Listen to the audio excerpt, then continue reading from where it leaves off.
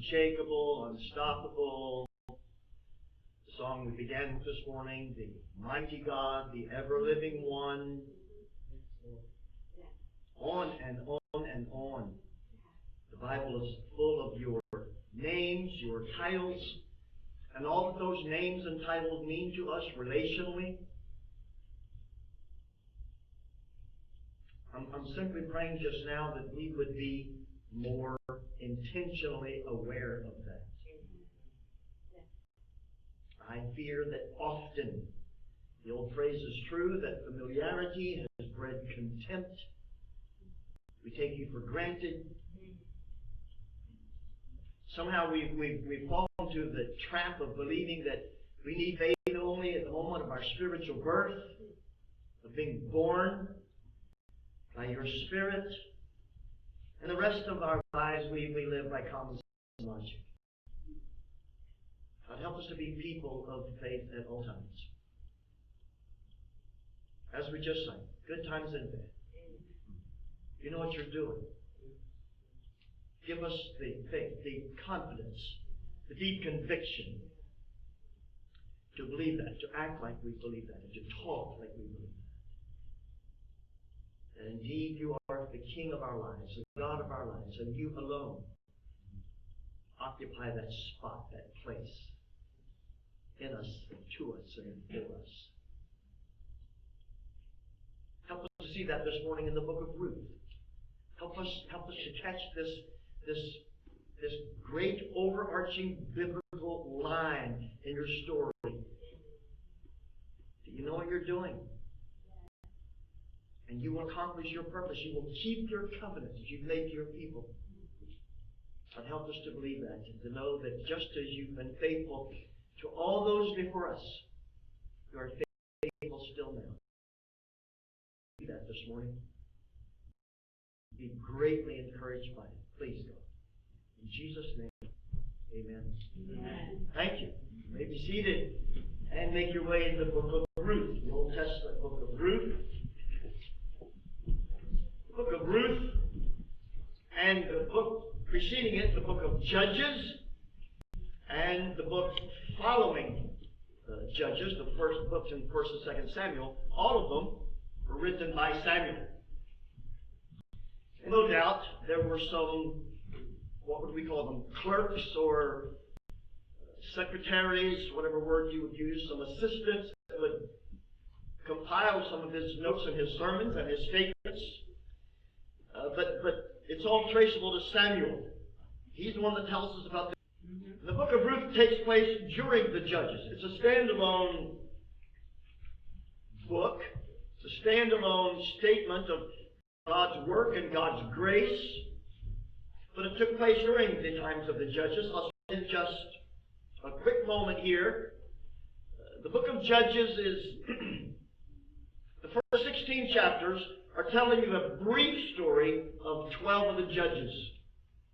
And in fact, when I say brief, only 3 or 4 of them is still brief. Only 3 or 4 is more than just a few verses. Of those 12 judges, probably 13 of them, 2 or 3 verses.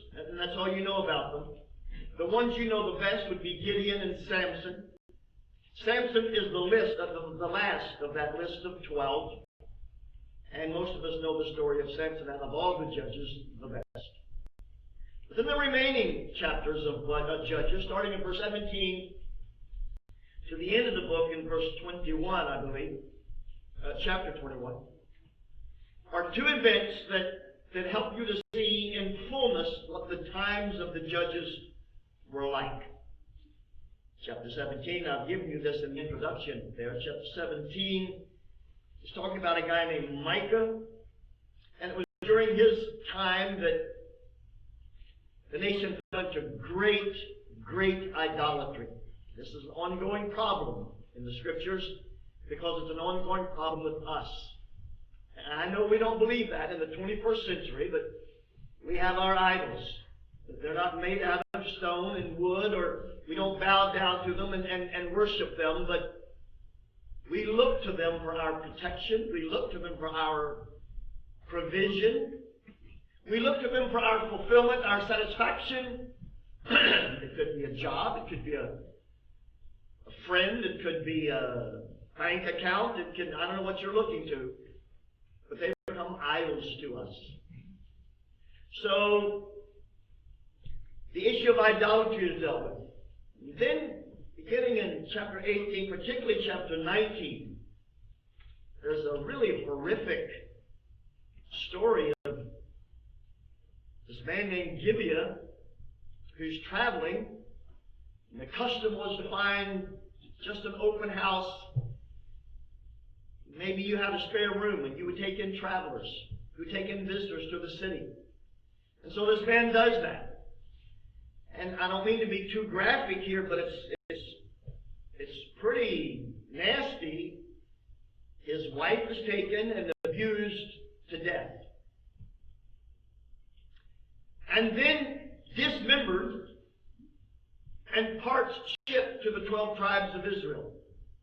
And it results in civil war. Now, I tell you these graphic stories, forget me. Samuel tells us the honest, this is the way it was. That you would catch this phrase that recurs all over the book of Judges. And it opens, sort of kind of, verse 1 of chapter 1 of Ruth. And the verse that's repeating is this: in those days there was no king. And every man did that which was right in his own eyes. Which is a really Old Testament biblical way of saying, this is the edge of anarchy. This is the precipice, and you see it especially in the story of Gibeah, that this was a brutal time. This was an horrific time. And yet we're about to see, while the days of Judges are going on, somewhere in those 20-some chapters is the story of Ruth. I want you to see that. The hope of redemption in chaos and confusion and rebellion. This is a beautiful story. So I'll kind of walk you through the story all morning, 4 chapters. We'll be here till 3. So just read along, and Mike said you can read the bulletin while I'm preaching, which we used to say that would keep Mike awake. Nothing. This story, starting chapter 1, verses 1 through 5. Now you're going to meet this family. The father's name is Elimelech, and his name means God is king. Let that sink in. Elimelech's name means God is my king. Jehovah is the Lord, the master of my life. His wife is named Naomi, and the name Naomi means pleasant one. It's kind of a play on words. You're about to see it. Naomi means pleasant one. They had 2 sons, Mahlon, which means sick, and Chilion, which means pining. Kind of a preview of this great drama, this great story we're about to read, this great movie we're about to watch. These 2 sons, this Jewish family, moves to Moab because there's a famine in Israel. Now, if you don't know, remember where the Moabites come from. This is a really nasty story in the Bible. So you're familiar with chapters ago, books ago, we were surveying through and following this scarlet line of redemption from the Garden of Eden to Bethlehem's manger. And you heard the story of Lot and the destruction of Sodom and Gomorrah. And Lot's wife can't let go of that life. And so Lot escapes with his 2 daughters. So this is pretty nasty. The daughters panic. There's no faith. Wait a second. All the men are gone, and we're here with Dad, and what are we going to do for children? And they intoxicate their father and conceive by him. And he has no awareness of this.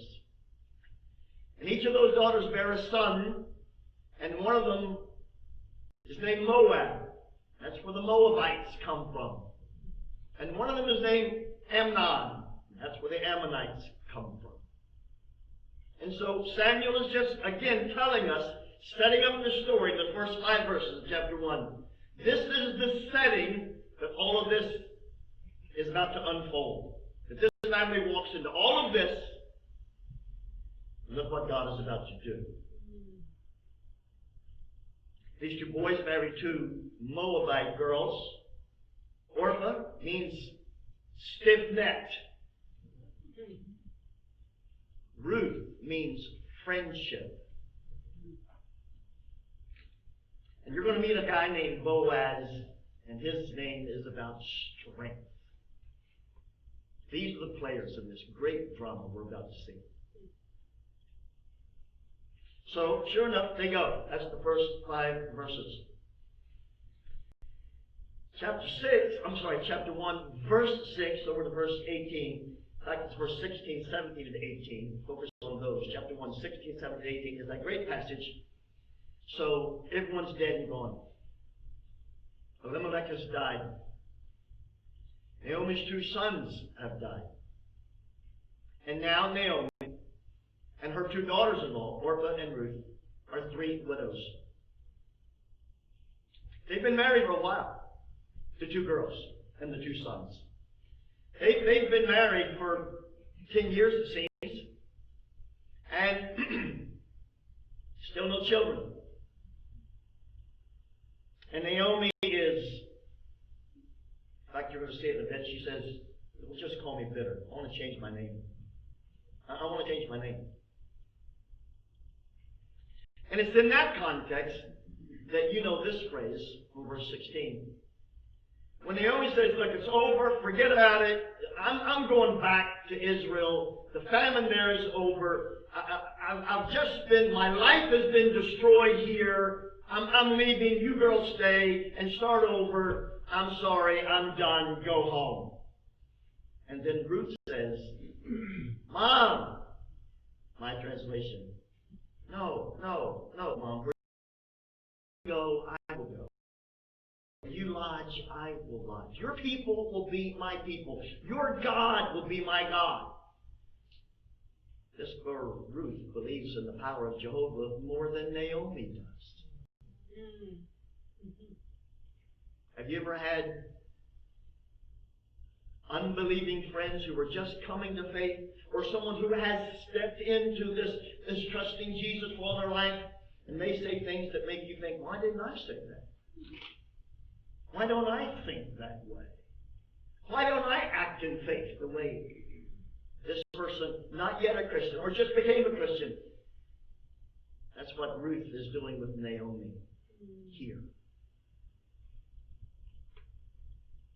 Well, it's in verse 20 and 21.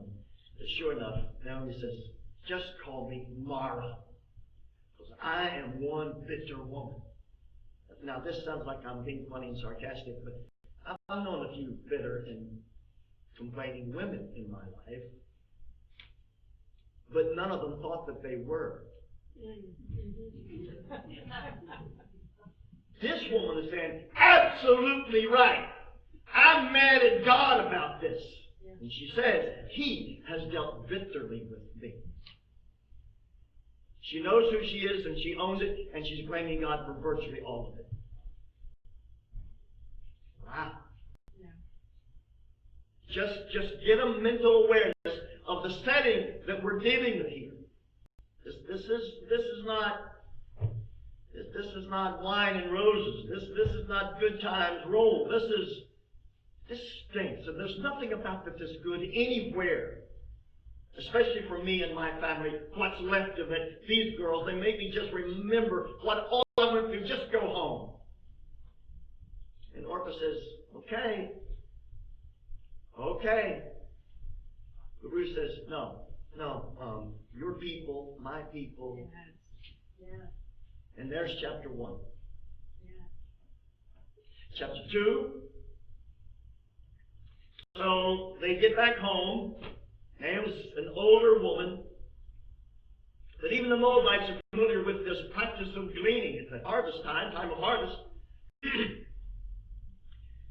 the law and the functional awareness of compassion, what we would call welfare or just being kind to your neighbor, when you would harvest your crops and you would pick things out of your garden, you would leave, if you've got a rectangular kind of a field, you would leave the corners unharvested. When you would, the plow would go around and turn the corners, and that little triangle left in each corner, you would leave that. So that poor people and needy people just come and pick what they need. It was a general practice of, we take care of our poor. So it's called gleaning. And they would go and glean. And they would pick up what the farmer had missed or left on purpose. And that's how they would eat. And so they get back to Israel. It's the time of the harvest. And Ruth says, "Oh, I can glean." And so that's how we'll live, Mom. That's how we'll live. She's not lazy. She must have understood the biblical principle that the Apostle Paul tells us: if you don't work, you don't eat. You want a really funny story? I'm about 11. My dad gave me some chores. I didn't do them. He came to dinner. I started eating dinner. He asked about the day. Did you get this done? Get this done? Get this done? I didn't get any of it done. He didn't say a word. He picked up my plate, put it in the cabinet. And he said to me, "Son, don't work, you don't eat." I said, "Come on, Dad, that's not funny." He said, "Yeah, I'm not laughing either, son." So in almost dark, I finished my chores and I ate. Ruth has a keen understanding. Mom, I'm going to take care of you. We're in this together. Isn't that amazing? This Moabite girl is saying to her Jewish mother-in-law, "We're in this together, Mom. I made a commitment. I made a covenant promise to this family. And even though my husband's gone, I'm with you, Mom. I'm with you." Wow. So she's gleaning. Verse 3, chapter 2, verse 3 says, she happened on the field of Boaz. How beautiful is that? She happened on the field of Boaz. Now, you think you got your job because you were qualified and you kind of, polished up your resume and I was impressive and I was better than the rest. I got the job. Now, you might have been better than the rest, but I believe you have whatever you have because you happened upon the field that God planted you in. Amen. It's in human relationships, it's in employment, it's in academic pursuits. There's no area of our life. There's no area of our life where God is not, "No, I don't want you there. You don't need to be there. I want you here." And we get stubborn and we get stiff-necked and we get rebellious, and God says, "Okay, you know what? This is a teaching moment. Go ahead. Go ahead." And we get over there and realize, "Oh, I should have been over here the whole time." And God in His mercy will draw us back. She happened upon the fields of Boaz. Verse 3. I want you to read these two verses with me. In verse 12 and 13. Chapter 2, verse 12 and verse 13. Get these verses. The Lord repay you. The Lord repay you for what you've done. And the full reward be given to you by the Lord, the God of Israel, under whose wings you have come to take refuge. So she goes gleaning and she meets some people there. And my family moved to New Jersey. In my early teenage years, there was no, of course, my dad, worked for me. So I'm laying around here. They rented, my mom and dad rented an apartment, and there's a pool. Okay, this is pretty cool. I'd never swim in anything other than the cow pond. So I'm in the pool, and I'm hanging out with these other people. This is a great life. It's a great life. And about a week of that, my dad said, "Son, you can't lay around that pool the rest of the summer before you start school. You got to do something." So I tried to get a job, but Arkansas working papers, and those are things, working papers. So, you don't have any working papers? I said, I don't know what you're talking about, working papers. You got to have working papers. I don't have any working papers. Well, you can't work. So I saw an ad in the Courier Post that says, picking blueberries. I can pick some blueberries. So my dad, on the way to work, he dropped me at this little bus stop and got a job picking blueberries. So Ruth is picking wheat. Right. But a guy comes to her and says, I've heard all about you. In fact, everyone around there knows about you. We know your mother-in-law. We all know your mother-in-law well. We wonder why she's called Naomi. Well, we've heard about you, dear. We've heard about you. And this gracious act of loyalty. That you didn't take the easy way out. That you took the life of faith rather than the life of bitterness and self-sufficiency. You made a covenant commitment. You're going to keep it even though your husband is gone. You committed yourself to his family. We've heard this story. We are impressed. And now may the Lord repay you. May the Lord repay you. Is that beautiful? I'm not certain at what moment we would call, well, this is the moment where Ruth had a born-again experience. Was it when they were still in Moab? Was it walking home? Well, what's home to Naomi becomes home to her. At what moment would we say, well, now you're really a Christian, a disciple of Jehovah God, a proselyte Israelite? What moment would we say that? I don't know. But Boaz sees in her this girl has the heart of faith. This girl has put her faith in, as we just sang, the one, the true, the living God. And you come under his wings. I love that line, verse 13. Under his wings for refuge. It's a great poetic way of saying, God, you're all I've got, you're all I need. I'm trusting you. Right. Well, you know my situation. I know Ruth's situation. It's pretty grim. It's pretty bleak. And from a human perspective, it looks absolutely hopeless. But everyone seems to recognize, no, in spite of no king, everyone's doing whatever they want to do. It's chaos around here. This girl is looking to Jehovah. Even when her mother-in-law says, forget it. Forget it. What are you holding on to? This God, look what he did to me. And Ruth's saying, no, Mom, God's going to take care of us. Wow. I love this story. This is way more the Christian Hallmark movie. This is a great story of faith. And Boaz saw it. Look at verses 19 and 20. So she's gleaning in the field. Ruth is gleaning in the field. And she comes home, and Naomi says, okay, how'd your day go? How was the day? And she says, well, I met some nice people while I was picking blueberries.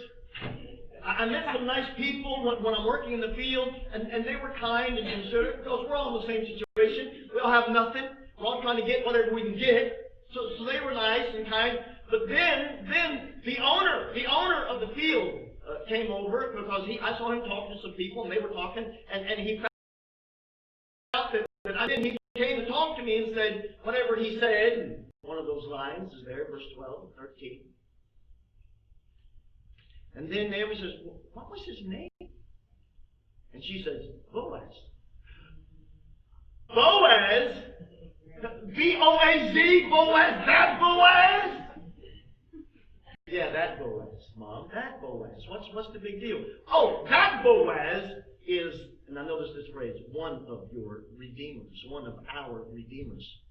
And at this point, I suspect that she explained the whole levirate marriage process.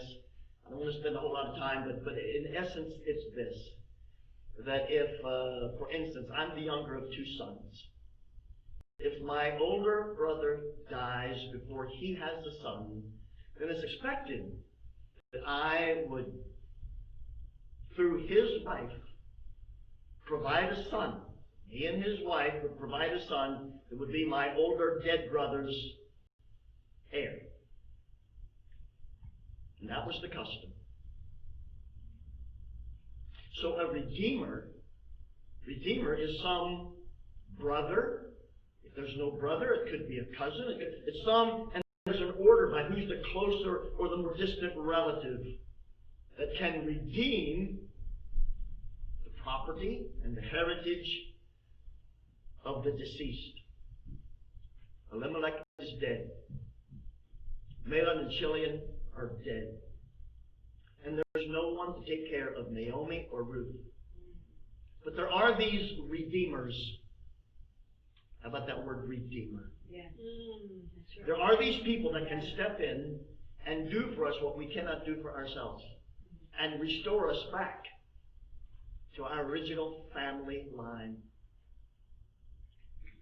And you have some redeemers. And Boaz is one of them. We have one redeemer. But we sure have a whole lot of pretenders. That's why God hates idolatry so much. Because they are pretending to be able to redeem us, to protect us, to provide for us, to give us joy, to give us protection, to give us eternity. They are pretenders. We have only one redeemer. Amen. So you get the point here. You see the spiritual truth behind this amazing story. And this is the turning point, I suspect, for Naomi. Oh, maybe God does care. Maybe we're not completely destitute and exposed and vulnerable here. Maybe, oh, forgive me, God, I doubted your very existence. Perhaps there is a God who does actually care. His name was Boaz? Yeah, Mom.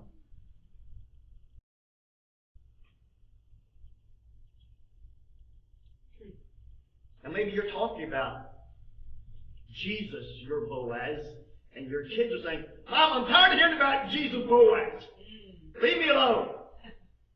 I'm in the university now. I've got some education now, and we've come to realize that whole Jesus stuff is a myth. We've heard about Jesus and Boaz and redeemers. But ever so often, one of your children, your grandchildren, a neighbor kid, a neighbor adult, a friend at work will say, I just watch you, I listen to you, I've heard you say things, I see you pray before we eat, in our tables in the lunchroom, and you must be a Christian. Well, yes. I'm glad someone actually sees that.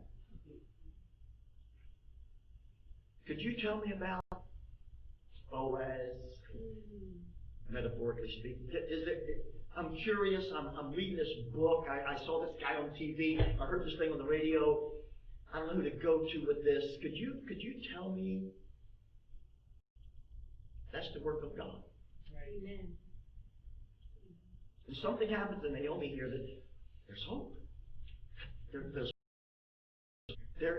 I knew you had redeemers, but I was convinced because no one else has ever cared. They don't care either.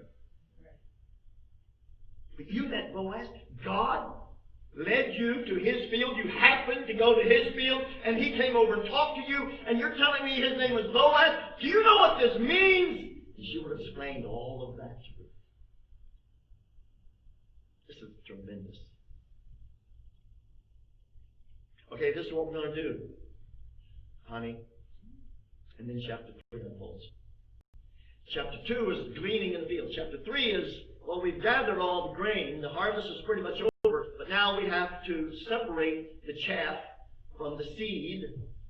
There's a number of processes to do that. Some are very manual. Others involve some crude mechanical But once you separate the seed from the chaff, the grain, when you're eating popcorn, that little kernel piece that gets stuck between your teeth, just chaff. So they would put it all in a sheet or a blanket and toss it, and a light breeze would blow away the chaff, and what would remain is the grain. And that's the threshing. Chapter 3 is harvest is over, and now it's time for the threshing. That's what's going on in chapter 3. So, during the night, between chapters 2 and chapter 3, Naomi says to Ruth, listen, dear, this is what you're going to do. You're going to go down tomorrow late in the day to the threshing floor. And when you encounter there people doing whatever they're doing, look around and see if you can see where Boaz has laid down to sleep. Because everyone sleeps out in the fields or around the barn, let's call it, during the time of threshing to get the work done. So find out where Boaz is laying down. And when it's dark now, and everyone is pretty much fallen asleep, or at least are still, you go over to Boaz's feet and lift up the blanket from his feet and gently pull just a symbolic portion of it to yourself and lie there. It's a chapter 3 that I'm not sure I want to call them theologians, but people who feel that they should interpret the Bible for us, they get really crazy with what's going on here. This is not an immoral thing. This is not a sexual thing whatsoever. This is not, oh, you've been kind to me, so could I entrap you? Could I entrap you with conception? There's no entrapment going on here. This is no pursuing you with feminine attraction. This is a girl saying, I need your help. I'm vulnerable.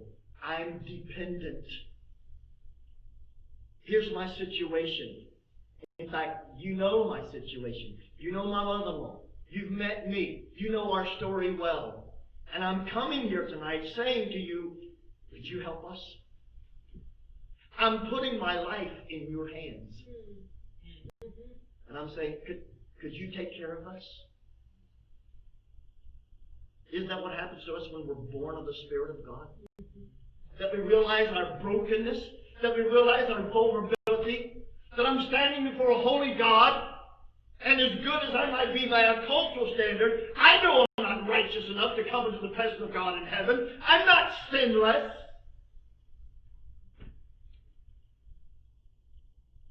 Religion is, I suspect, a sensual matter of trying to convince God that, okay, you brought a little pleasure to me. You've done something. You put money in the church. So religion is us trying to work our way into God's kindness. I'm generous. I'm helpful. I do this. I do that. Can we make a deal here? I help your cause. You keep me out of hell. That's not what Ruth is doing. That's not the transaction that's going on in chapter 3. There's nothing immoral, inappropriate, or self-serving other than I'm absolutely destitute. I have no way of taking care of my family, me and my mother-in-law, and I'm throwing myself on your mercy. And if you're truly born again of the Spirit of God, when you went to Calvary in your mind somehow, you weren't there cutting a deal. You weren't there making an arrangement. Hey God, I got 80%. Could you kick in the other 20? You came knowing I bring nothing. I bring nothing. But I look to the cross and say, this is my only hope. This is my only hope.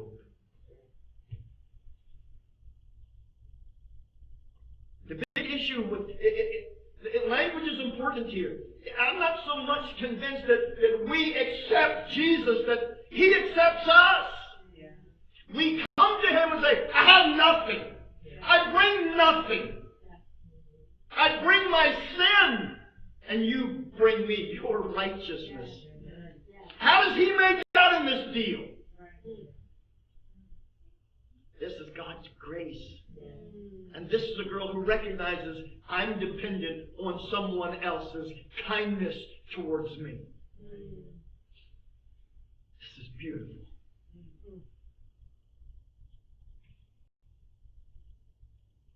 Read verse 10, 11, 12. We're in chapter 3. Read verse 10. You find it. May you be blessed by the Lord, my daughter. So she does that. She goes to his feet. She pulls his blanket. He immediately, I know what this is about. May you be blessed. You've made this last kindness greater than the first. The first would be, we're just impressed the way you stuck with your mother-in-law, because we know your mother-in-law. We're impressed. But this now, what you're doing right here tonight with me, that's even more impressive. And here he sets the context of what he means. Don't misread this. This is nothing shady or human or fleshly or inappropriate. This is what he says. You made this last kindness greater in that you have not gone after young men, rich or poor. You weren't seeking money, and you weren't even seeking pleasure. You didn't do anything with anyone else for self-promoting purposes. And now, daughter, do not fear. I will do for you. I will. You ask me and your mother-in-law, and I will restore to you your father-in-law's property.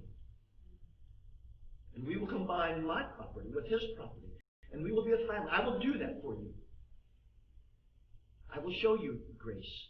I will show you mercy. Him that cometh to me, Jesus says, I will in no wise cast out. He doesn't need us to approach him with a deal.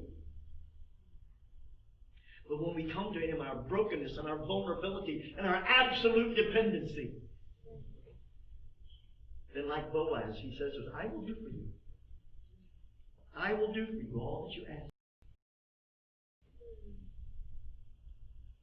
Verse 12, it is true, I am a redeemer. Yet there is a redeemer that in the line of succession is closer than I.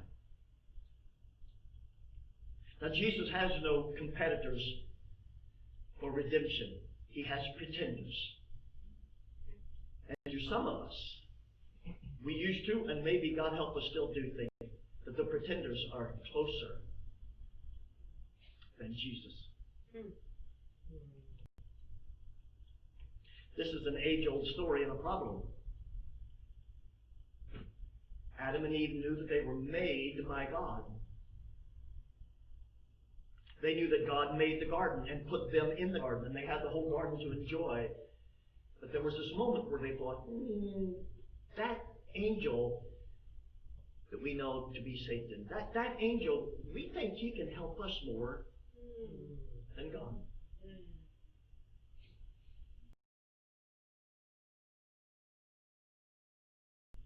Fighting for your attention and your affection.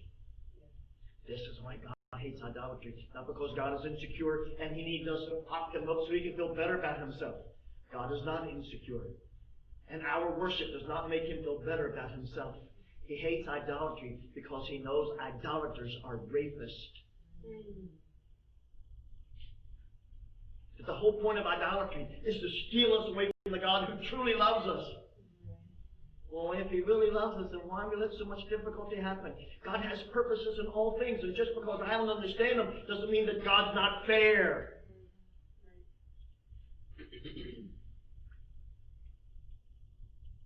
There is, in the succession of redeemers, one closer than me. And look what he says. He's just resting in the sovereignty of God. He's resting in the providence of God. This is what he says in verse 2. It's true. There's another redeemer. You remain here tonight. In the morning, I'm sorry, this is verse 11. I will do for you as he asked. Everyone knows you're a worthy woman. 12.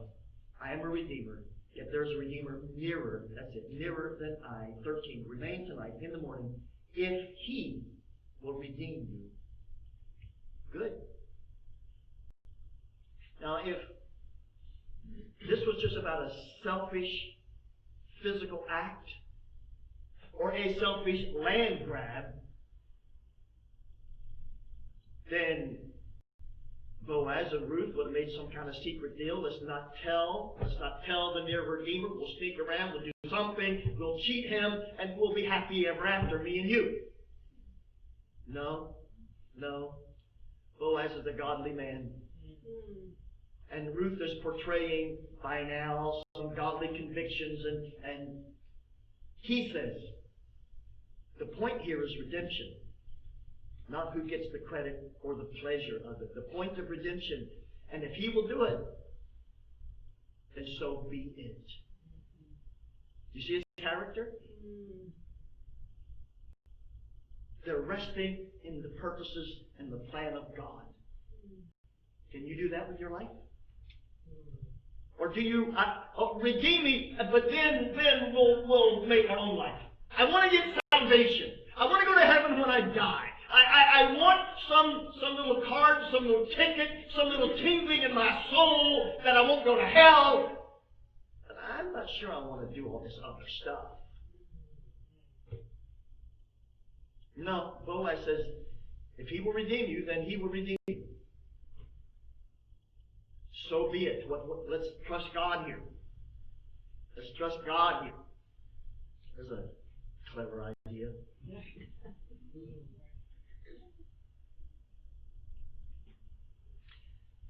So, there's all of that. She goes home, and again she says, verse 16, how'd it go? Naomi says again, how'd it go? And Ruth explains the whole thing, what he said. I went, pulled the cover, did all of that. And she says, verse 18, don't worry, dear. I sense that he's earnest. He's sincere. He's going to take care of this. This whole thing will be settled by tomorrow. Chapter 4, sure enough. First thing in the morning, he goes to the gate where all the elders hanging out and talking about stuff, handling business. And he says, here's the situation. Everyone knows about Ruth and Naomi.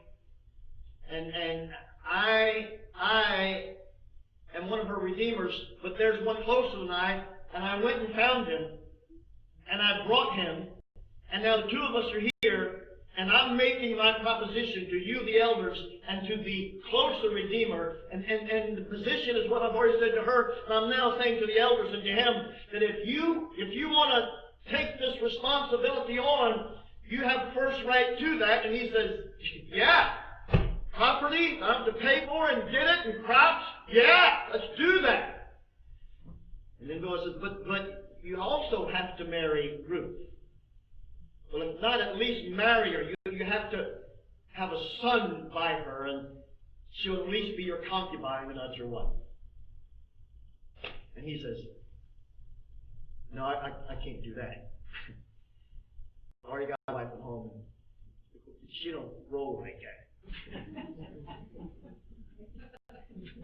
I ain't doing that. I can't do that. I'm not going to do that. And I kind of suspect that deep in his soul, Boaz is going, yes, yes.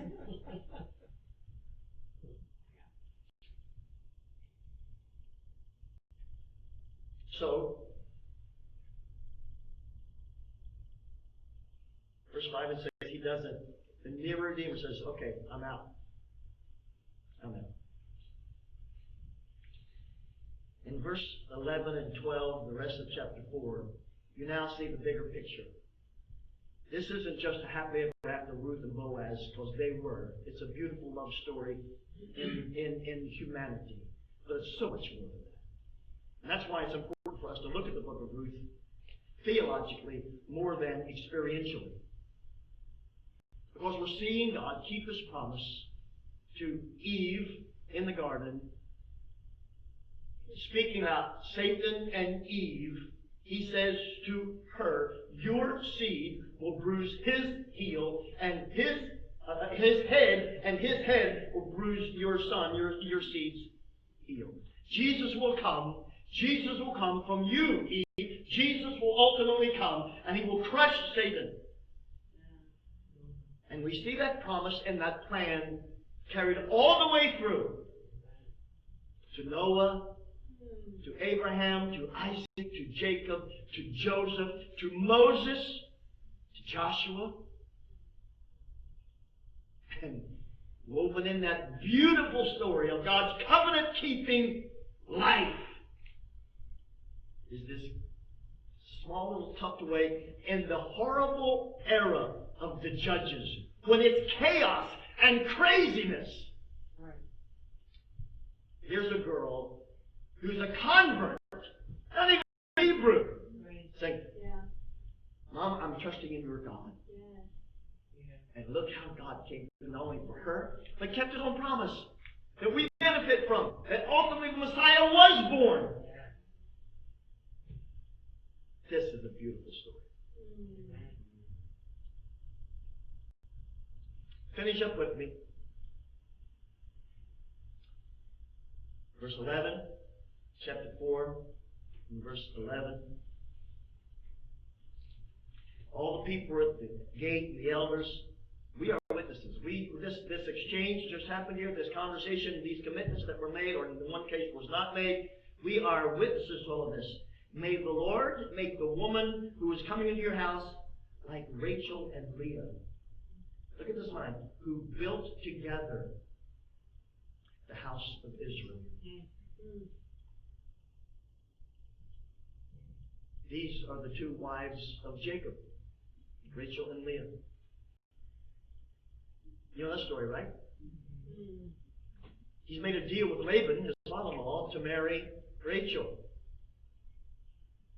But Laban, who thinks like the flesh, says, I'm going to betray this guy and not keep my word, and I'm going to trick him into this situation there so I can get more labor out of him, make some money, and not get stuck with my older daughter, never being married, and I got to take care of her the rest of her life.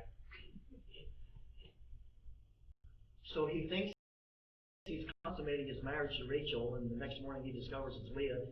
See, the Bible doesn't hide these sinful things from us.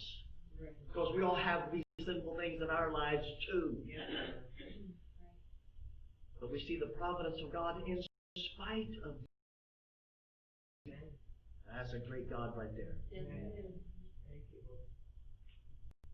So now, Samuel connects the treachery of Laban with the two daughters and Jacob to the opposite of that, to the counter to that, with the faith of Ruth and Boaz. May the Lord bless you with a lot of children that came from Rachel and Leah. They built up the house of Israel. We think we're just having a nice little family. We're having our nice little family. And we have our nice little suburban life. And we have our nice little vacations and our nice little situation, and we have this. It's the station wagon and a white picket fence and a dog, and everything is wonderful here in America. The reality is we're all living in the days of the Judges, and in all the chaos and the craziness and the confusion, we get to demonstrate not that you can trust God. That's our tranquility. That's the basis on which we live our lives. No, we get to show and to say to people when they ask us, as Peter said, a reason for the hope that's within us. We get to say, oh, God has delivered us from the chaos and the craziness. Let me tell you how God has taken care of this family. And we see our kids come to faith, I hope. And we see our grandkids come to faith, I pray. And the story continues, and the story continues. And the story is this, that we had nothing. Oh, we made a couple dollars, and people in the neighborhood thought we were nice. But we had no standing with Jehovah God. We had no hope of eternity. And then a Redeemer came. And his name is Jesus, who is God in the flesh, as a matter of fact. And everything changed. May Ruth be to you like Rachel and Leah. He gives another illustration. Skip to verse 18. Verse 17. The women of the neighborhood gave him a name, saying, a son has been born to Naomi.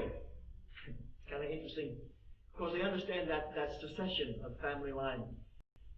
Naomi didn't conceive, but a son was born to Naomi.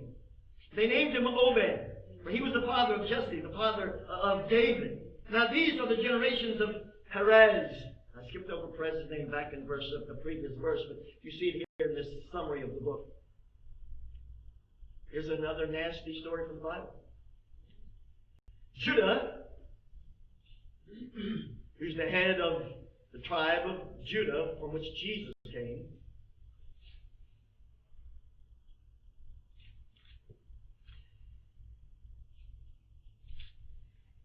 Judah had a son named, I forget the first son's name, but I remember the other son, Onan. One son died, and so we need the succeeding son to be the Redeemer and to have a son. But Onan won't do it. He won't do it. He acted like he was going to do it. He had, I'm trying to be appropriate here, he had some fleshly interest, but I'm not going to follow through and take this on, the financial responsibility and the emotional baggage of I'm not going to do it.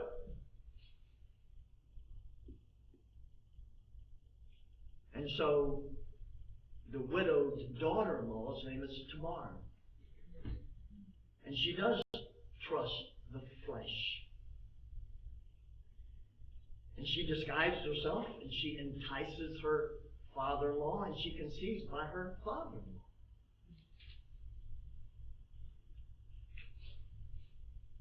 If you think that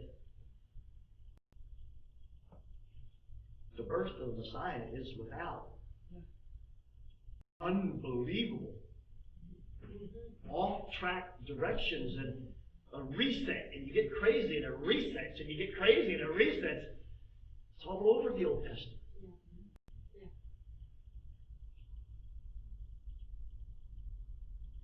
So it's as if Samuel is reminding us, look, God delights in doing His work through these beautiful stories like Ruth and Boaz.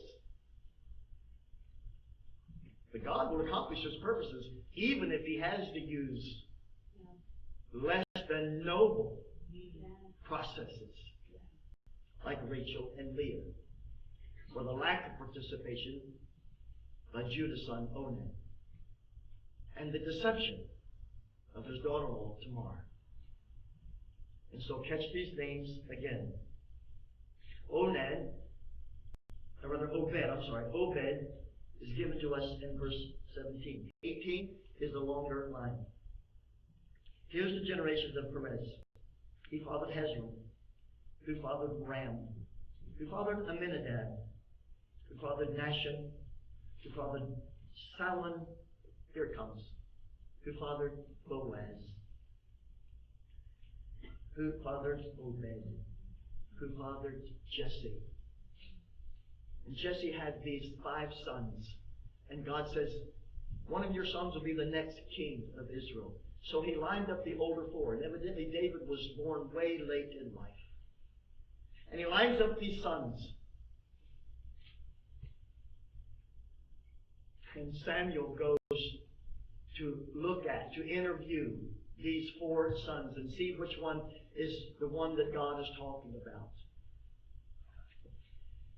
And he looks at these sons, and nothing, no prompting from God, no awareness, nothing.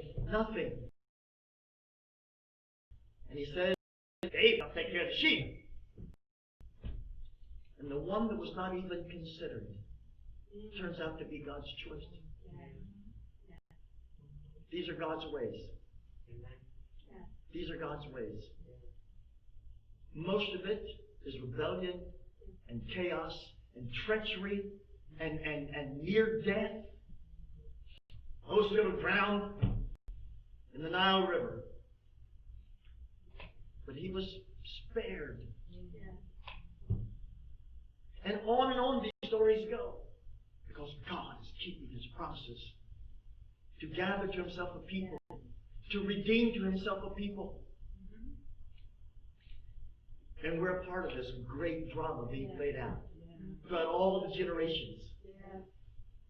Stop thinking that, oh, my life has no significance. Your life has tremendous significance. Because God is making you a part of His massive story. We get a little bit part in God's movie. Don't minimize this. Do not minimize this. I would hope that we get to play a part. That we're one of the few stories that, well, they actually did it by faith, not by force. Those stories exist in the Bible, and I know some people say, I'm here, but I came kicking and screaming, and God had to get rough with me before, but I'm happy to be here now. A lot of us have those testimonies. How delightful that we have more testimonies like Ruth. And Ebola says to us, wow, we saw your kindness at first with your mother-in-law, but this act of being vulnerable with me and trusting me to redeem you, you are a godly woman. Girl. You are a godly woman. And yet in either source, God accomplishes His purpose. Amen. May we be a loving source, a cooperative source, a humble source, a source that says, I'm going to trust God. I'm not going to trust my logic. I'm not going to trust my money. I'm not going to trust my ways. I'm going to trust God to do His work, His way through me. Amen. Stay with me. Let's sing.